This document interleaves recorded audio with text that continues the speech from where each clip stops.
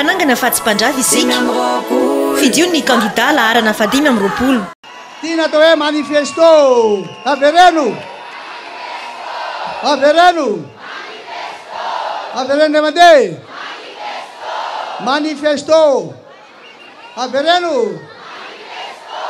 ty manifesto tya natao hoe contrat na famezatoky na hoe fifanarahana hoe taterahako tya raha volany a de voalohany am'zany a amboaritsika ny lalana, faharoa apetratsika ny fandriampahalemana, fahatelo a karakaraitsika ny fahasalamana, fahaefatra ho ampianaritsika ny ankizy amena blouse daholo a de amena cantine scolaire, amboarina ny lalana, averina fandriampahalemana, karakaraina ny fitsabona, ampianarina ny ankizy a ary ny tena zava-dehibe de zao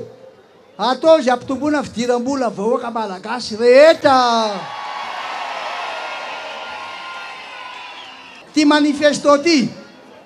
vakinareo tsara tya de dini tsara fanetrano sady misy ny sariny daty tya misy numérony fa ianareo tantaninarivo a tokony lolaharana malala an'ity misy mangatahaka fa aloha anao copie any reo fa tsy mandeha am'zay alakamisiny reny de rehefa vita le manifesto azy andray le mapy de tya ny mapy vitanao dada ke mahay miaka vary so jereo ay ny dada maka vary manavaka ny vasy ny tsy parifary io dada fa eto dada mijinja vary a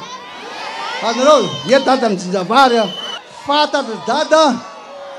fatatry dada ke manjoanareo e dada ke ka avy any ambanivohatra toanareo e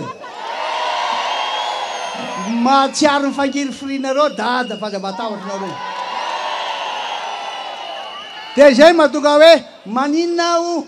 no tonga eto Ambojatofo, tonga eto aho ilaza aminareo fa ory aho fa mahantra ny manodidina ahoana fa tia zany zay olona rehetra sahirana manatona daholo fa raha manana ny manodidina sambatra anareo zany raha vao mandeha aho meko kely mametra e zao e satria sahirana izy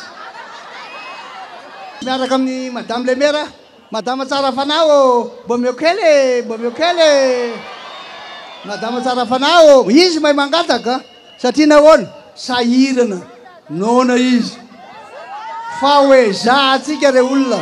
za mererana ndray fiainana fara volany eo tsika zahatra atao dada voalohany indrindra aloha fandriampahalemana tsy somby mivoaka tsony eto Madagasikara le huit novembre tsy misy tsony faharoa vita treo a reny leko totoa be reny hoe mahame tany ho an'ny afo reny vita treo fa tsy maintsy miverina ny totony tany. Fahatelo zavatra tena maiky tsy maintsy ho jerevana daholo zay olona tsy ampy sakafo rehetra tsy maintsy ho karakaraina maiky.